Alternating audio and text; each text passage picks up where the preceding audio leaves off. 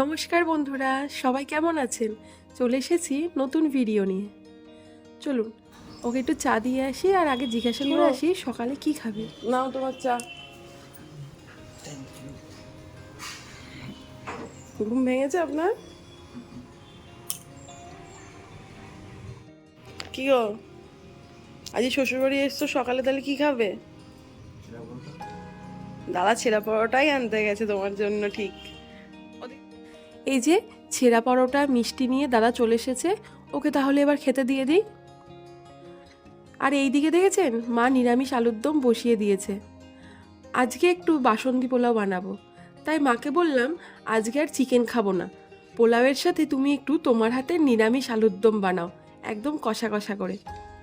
আমার দুই মায়ের হাতের রান্নায় এত সুন্দর, কি বলবো। আর আজ আমিও আর বেশি বেলা করব না, চলুন পোলাওটা তাড়াতাড়ি করে ফেলি।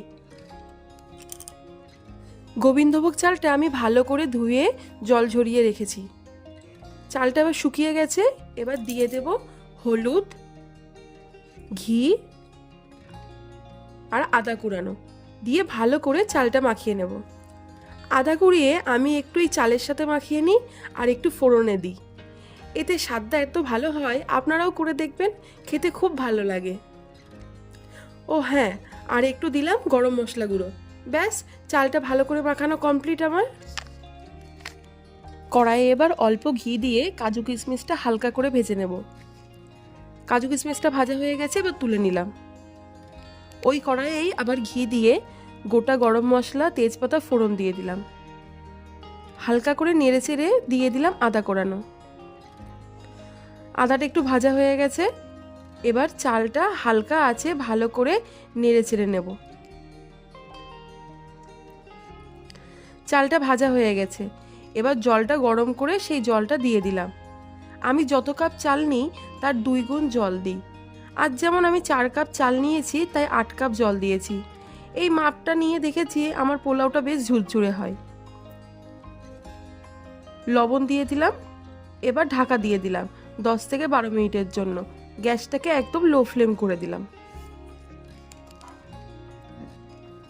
10 মিনিট পরে দেখলাম জলটা একদম কমে গেছে। এবার চিনি আর কাজু কিশমিশ ভাজাটা দিয়ে দিলাম। ভালো করে নাড়াচাড়া করে আবার ঢাকা দিয়ে দিলাম 2-3 মিনিটের জন্য। ওই লো ফ্লেমেই বসিয়ে রাখলাম।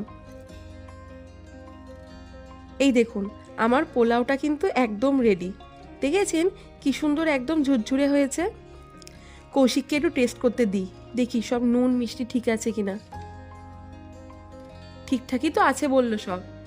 আর দেখেছেন পোলাও দেখে কি খুশি। সন্ধেবেলা একটু মার্কেট এসেছিলাম, দিয়ে খেলাম একটা করে চিকেন পকোড়া আর একটা ফিশ ফ্রাই নিয়েছিলাম। ফিশ ফ্রাইটা মোটামুটি ছিল, তাই একটা নিয়েই দুজন খেয়েছিলাম। ওই দেখেছেন মোমো, আর মোমো দেখেই মনটা মোমো মোমো করছে। আর ইচ্ছে যখন করছে তখন আর চাপা দিয়ে কি লাভ, চলুন একটু মোমো খেয়েই নিই। এই যে চলে এলাম ওয়াও মোমো। কিন্তু যেটা অর্ডার করেছিলাম আমাদের দুজনের কারোরই সেটা ভালো লাগেনি। আর কি করা যাবে, চলুন বাড়ি যাই।